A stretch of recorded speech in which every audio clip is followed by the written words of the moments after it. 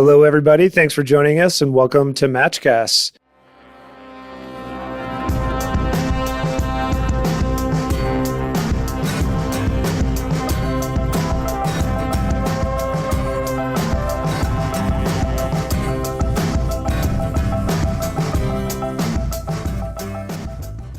Today, we are very excited to be joined by Maddy Osman. Maddy is a SEO content strategist. She helps businesses grow traffic and sales with blogging. Maddy works freelance with a variety of different clients. She has a cool breadth of experience.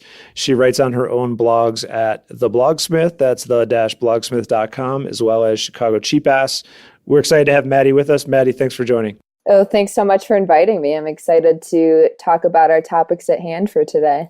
Absolutely. Fun.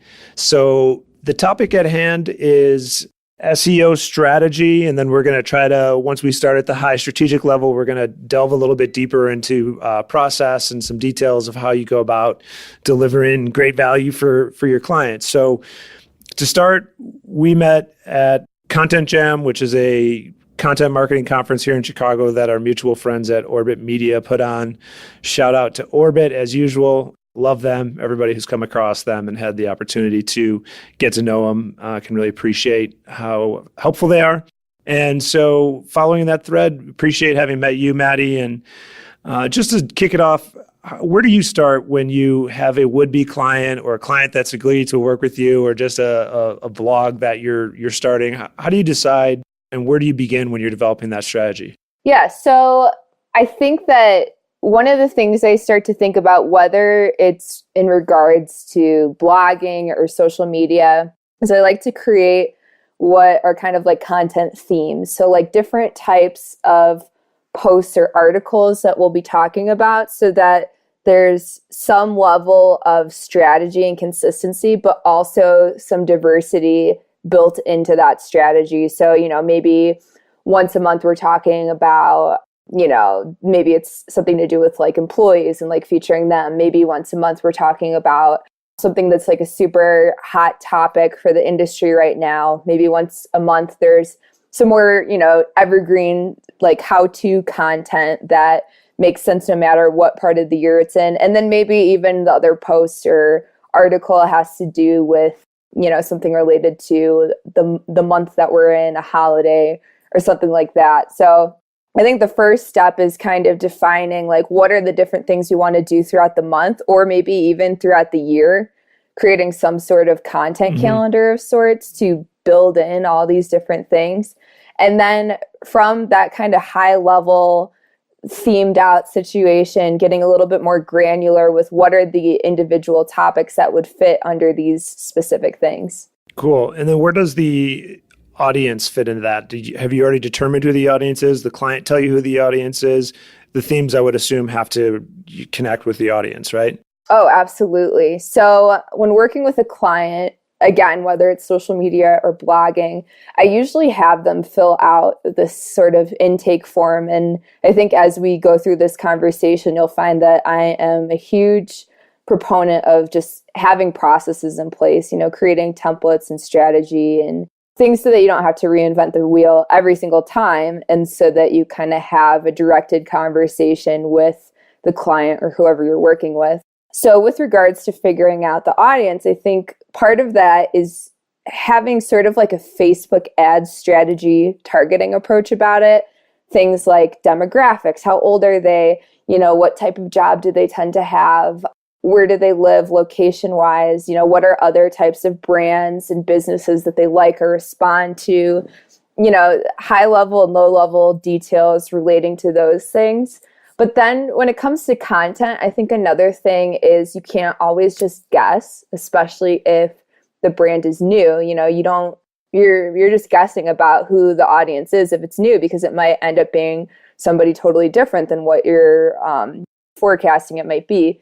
So part of that too is I think going back into tools like Google Analytics and seeing how an audience actually does break down by location, by demographics, by interests, and things like that. And Facebook and Instagram and Twitter can also provide a lot of that same data so you can kind of compare across your different social channels and online properties to determine if your guesses were in fact correct.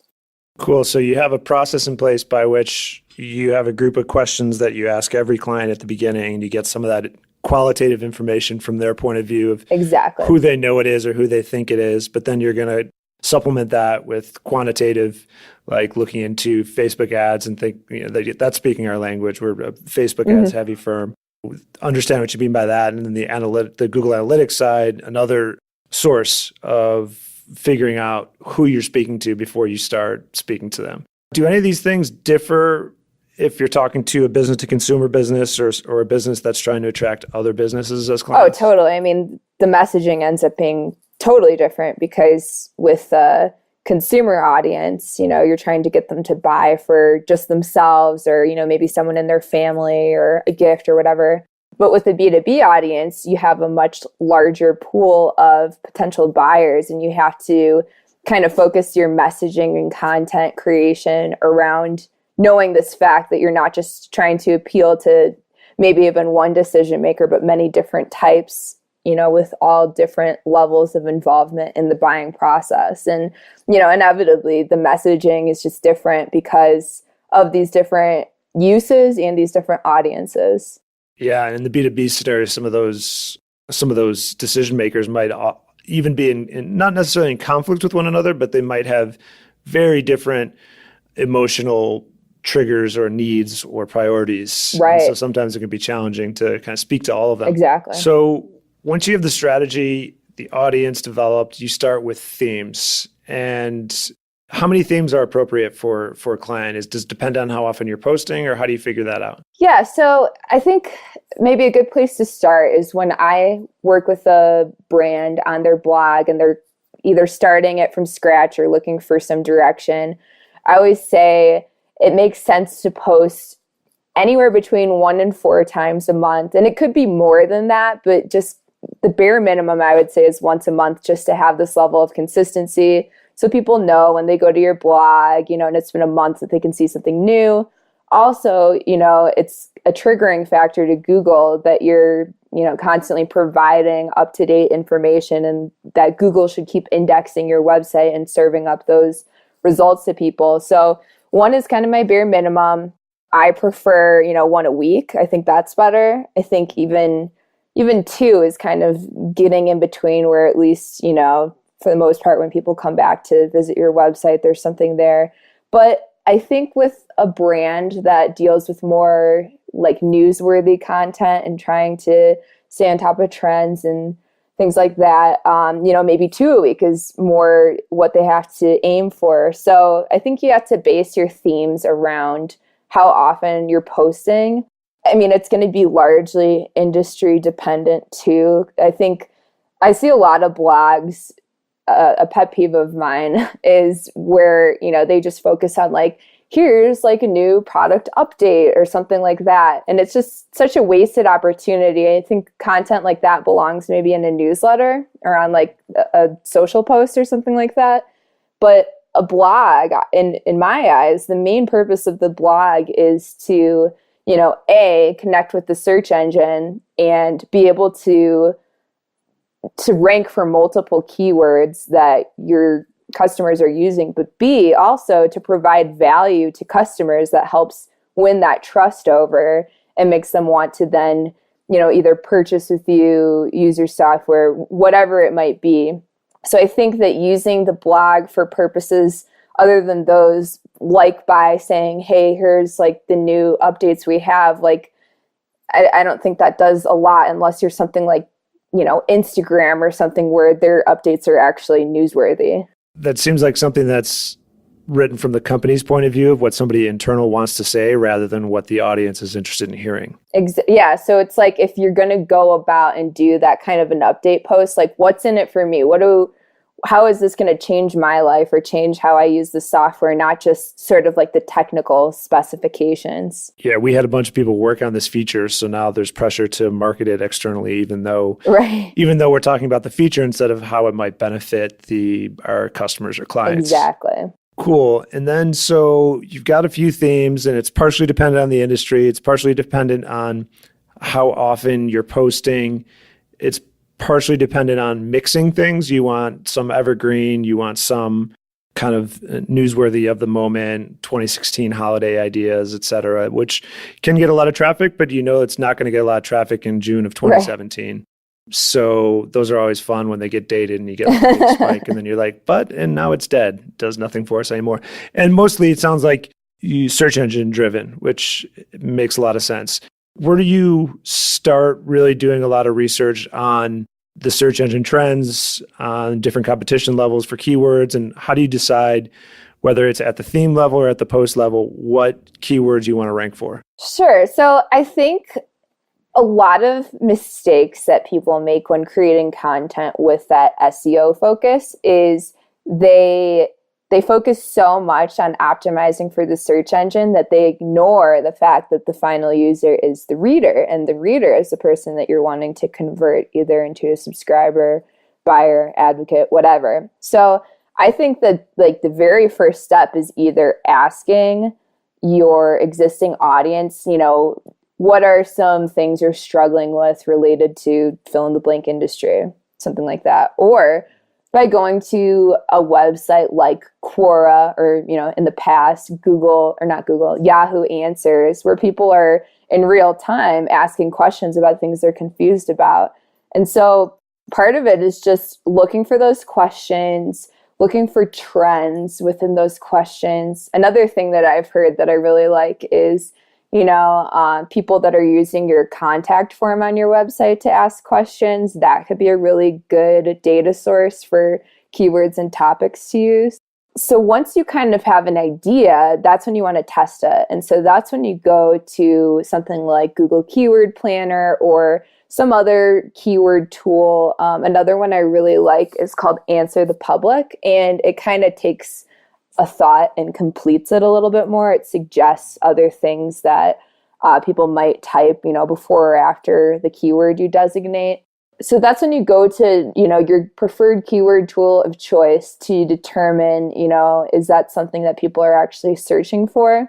But I think another common misconception when they're actually testing out their keywords is something that has a huge search volume doesn't necessarily mean that it is a relevant search audience for your topic. So, take the example of something that's super generic, like dresses or something, but you sell, we'll just say Christmas dresses, whatever, something holiday specific. And so is that larger audience of people searching for dresses going to care about your holiday dress post? Probably not. So you want to get a lot more granular than that. And then from there, are they affordable dresses? Are they luxury dresses? Is it something that they can buy online? Is it something they have to be in a certain location for?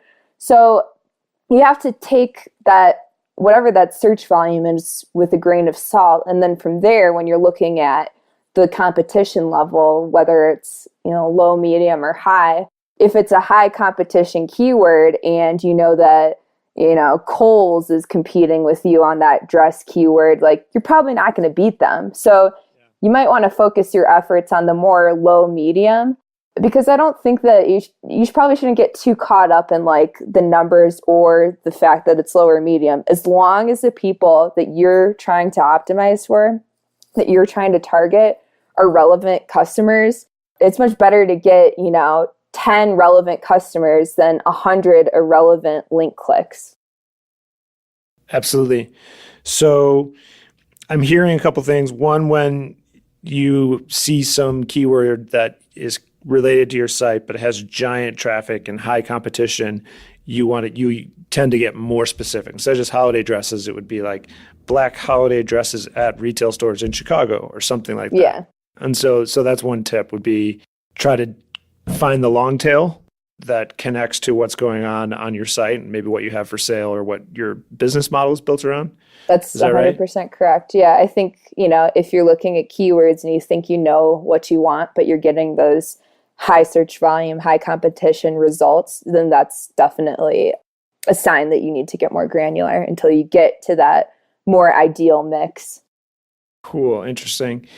And then the other thing I was hearing you discuss when you're talking about how you pick a topic was, again, combining the qualitative with the quantitative. Like you're going and looking on Twitter, looking on Quora for discussions that are already happening. So you can kind of figure out what questions people are already asking, what they're already interested in talking about. And then once you think you're on the right track, you go and kind of confirm that with some data on the couple tools that you mentioned, which we'll link to in the show notes. So basically, I mean, like anything else in marketing, it's just a process of guess and check, right? We think we know everything, but until we actually combine that with data, it's just a guess. Yeah, absolutely. And then so let's say you've got the topic and you've got a post ready, you've got the title. Do you start with the title? How do you, once you have the idea and you've guessed and checked and you're like, this is a good place to go with this, it fits our theme, it's time to write this. What kind of research goes into that part of it when you're really starting to dig in? Are you finding like semantically linked words? Like I think you mentioned a tool. What was it called? I want to link to it. Answer the Public. Answer the Public. Yeah. There's other ones too. Google does that too, just at the bottom of a search where it gives you related searches.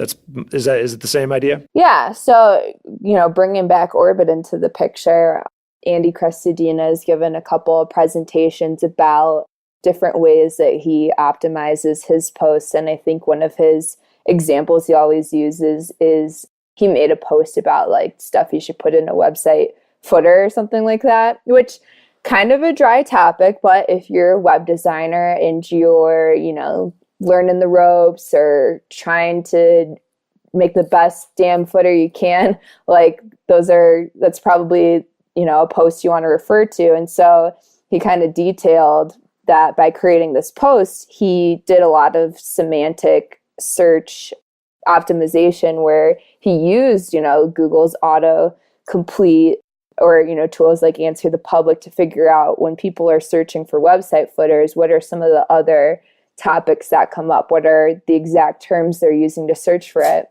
And into his post, not only did he try to optimize for whatever his main keyword was, but he also made sure that there were all these other semantically linked keywords, which Google interpreted as, making it a more in-depth resource. And, obviously Google is changing all the time, but I think they're getting smarter than just, keyword here, keyword there. Okay, cool. This post, is a good resource for that. It's coming down to things like semantics and, like the other things you do besides keyword optimization, more favoring the user than the search engine. So I think that's definitely one of the things that I'm going to be more cognizant of as we move into 2017.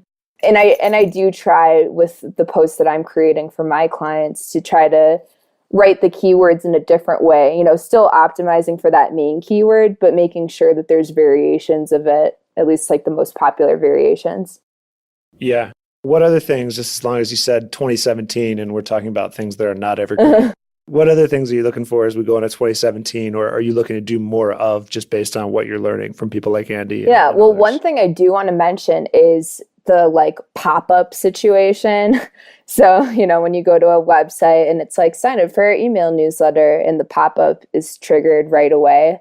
So that's something that Google is going to really crack down on in 2017. I want to say it's like February or something that people have been warned about. Don't quote me on that, but it's sometime early in the new year where they're going to start penalizing different websites that automatically trigger that pop-up. So that said, there's a bunch of different ways around it. One of it is making that pop-up trigger later, maybe 30 seconds in instead of 5.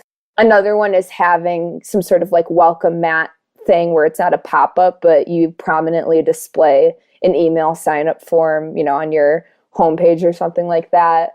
Another is the exit intent pop-up when someone goes towards the, big red X on their browser or whatever, and instead having the pop-up trigger after the fact. So there's a lot of things with regards to pop-ups you can do to kind of still have them, so to say, because I think they are a really effective conversion tool.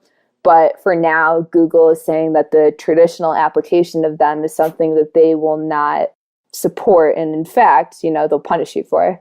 Yeah, we love pop-ups, except but only when they're used correctly. Because if that's the traditional application of them, I would argue that they've been applied in a way that makes for a bad user experience. Because we do a lot of work with like e-commerce sites and say e-commerce fashion sites in particular, and so many of them are built on Shopify, and it's like so many of them have just heard or know that this pop-up is a good idea, whether it's a enter your email for a discount or whatever it might be, but. Right. I really don't like when I get to the site and it just immediately pops up. You know? And it's often the site's a little bit slow, so the site hasn't even loaded yet, and they're already asking me for my email address. It's like, isn't there something you're supposed to be showing me about what you do and who you are and why I'm here?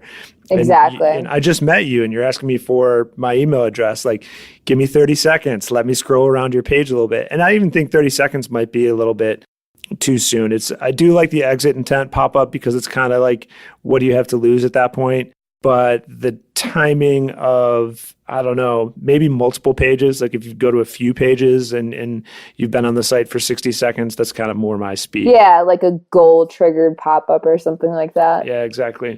So you've done the research now, and I know you're process oriented. So you've done the research now, you've got the topic, you know what keyword you're optimizing for.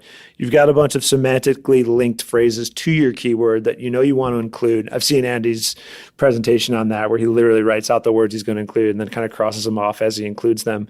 Is there a big piece of this that's just that you enjoy as a writer that now you get to dive in and kind of wordsmith and do your writing, or and how do you step away from a lot of this reverse engineering research to try to rank well and put your writer hat on? Yeah, I mean, I think that it's important to go into writing knowing what at least your target keyword is, so you can kind of seamlessly add that in as you go along, and it creates less work at the end. Because I think one of my least favorite parts of doing SEO writing is if I don't go in with a keyword that I want and then have to rewrite the content around that. So I think just by kind of knowing your purpose and going in with a plan, that makes the writing experience a lot more enjoyable.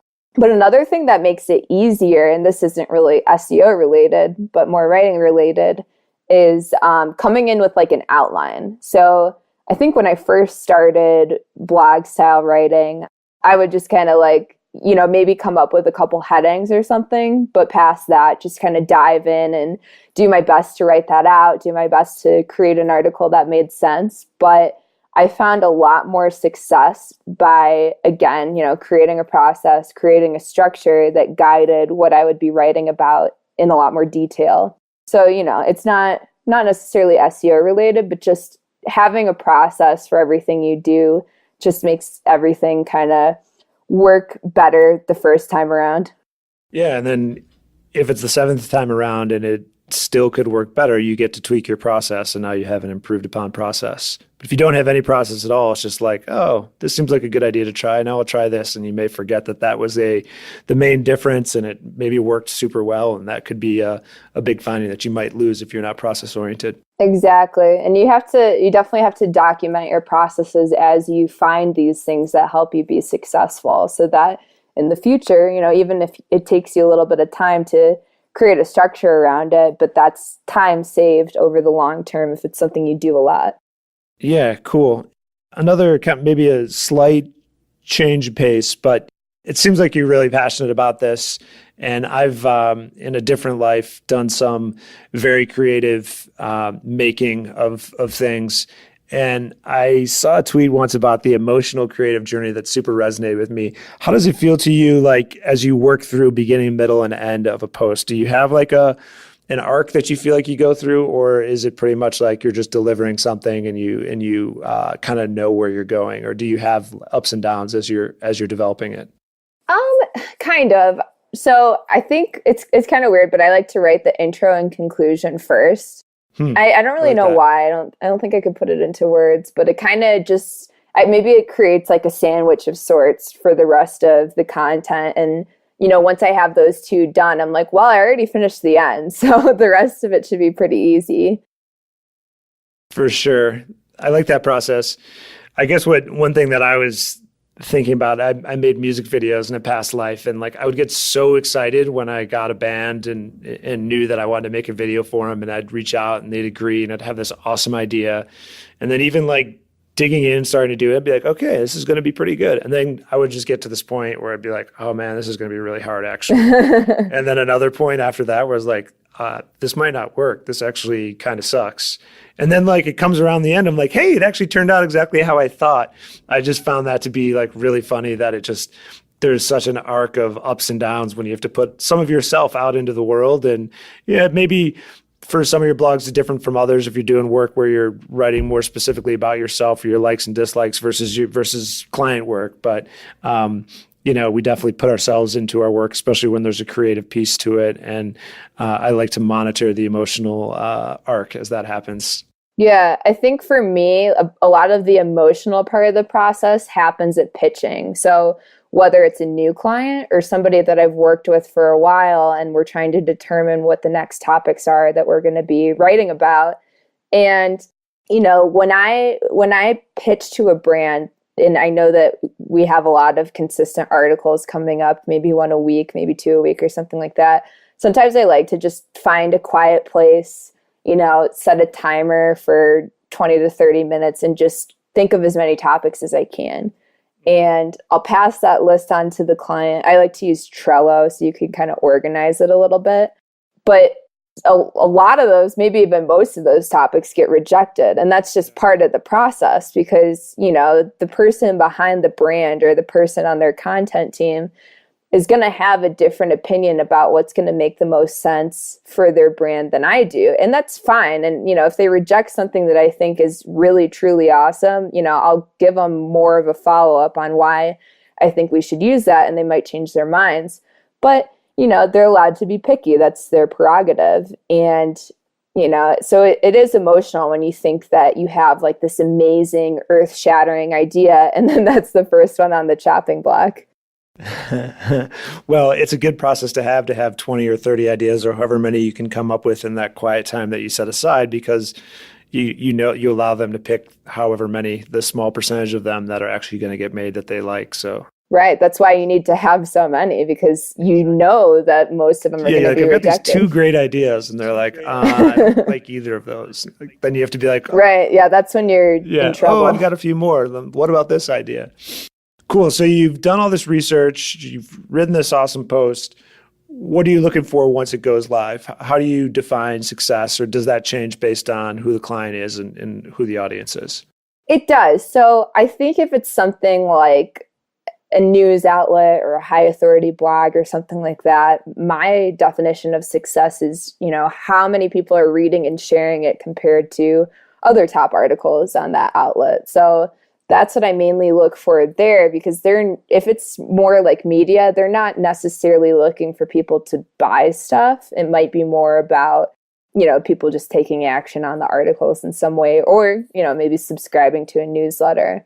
But if it's a client that's more B2B focused, they're looking for newsletter signups. They might be looking for comments, or, the ultimate goal is sales. So those are how my metrics change there. And then if it's a B2C type of client, again, it comes back a lot to sales and subscriptions, and how can I create these conversion factors in the content besides just whatever the main topic is.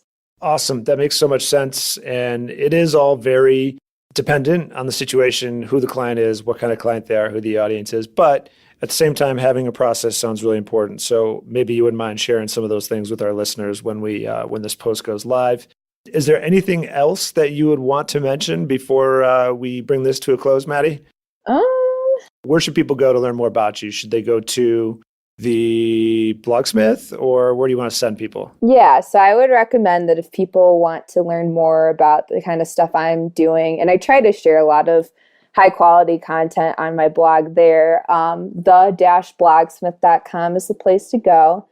And I am currently trying to develop a course for freelancers, individuals and small businesses, about different tactics they can use for personal branding, and not just from kind of like the flowery princess, like pretty branding side of things, but more from the perspective of converting leads into customers. So there's a page on the website about that. Sign up if you're interested. And yeah, that's where you can find pretty much everything I'm doing. Cool. Well, I've been following Maddy for a while on Twitter now that we knew that we are going to do this podcast. So check her out on Twitter as well. She's at Maddy Osman, MADDYOSMAN. Maddy, thank you so much for joining us. This was fun. I'm sure this helped a lot of people, and it's a good primer for people who might be interested in taking your course and learning more of the specifics. Yeah, absolutely. And as always, people ask me questions via email or on Twitter all the time. I'm always happy to answer. So don't hesitate to reach out with any of those. And Chris, thanks again for giving me time to come on this show. It was fun. Yeah, it was a lot of fun having you. Thanks very much, Maddy. Take care. Thanks, everyone.